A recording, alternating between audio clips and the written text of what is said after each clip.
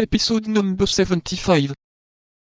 That Agnon then saw that the young woman took from a pocket a white object, which she unfolded quickly, and which took the form of a handkerchief.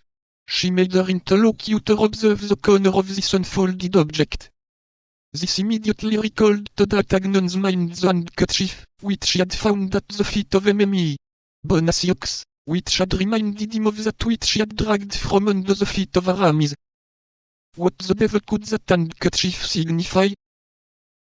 Placed where he was, D'Artagnan could not perceive the face of Aramis. We say Aramis, because the young man entertained no doubt that it was his friend, who held this dialogue from the interior with the lady of the exterior. Curiosity prevailed over prudence, and profiting by the preoccupation into which the sight of the handkerchief appeared to have plunged the two personages now on the scene, he stole from his hiding place, and quick as lightning, but stepping with utmost caution, he ran and placed himself close to the angle of the wall, from which his eye could pierce the interior of Aramis's room. Upon gaining this advantage, D'Artagnan was near uttering a cry of surprise.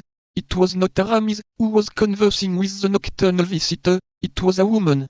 D'Artagnan, however, could only see enough to recognize the form of her vestments, not enough to distinguish her features.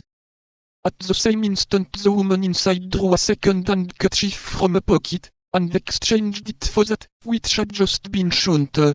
Then some words were spoken by the two women. At length the shutter closed.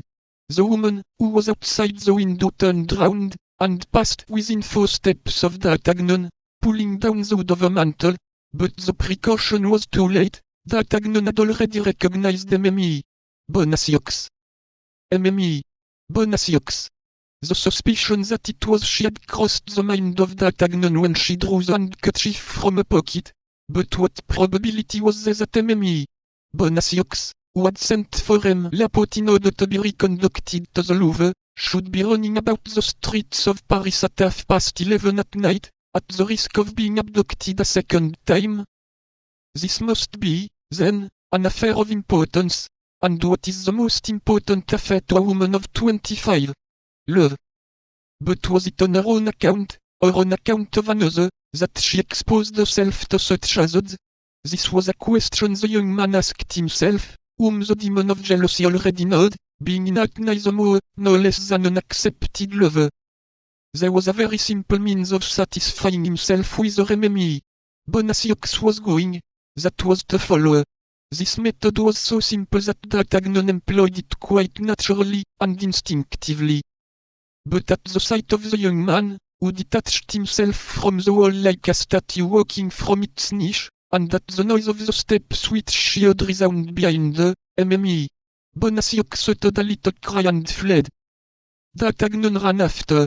It was not difficult for him to overtake a woman embarrassed with a cloak.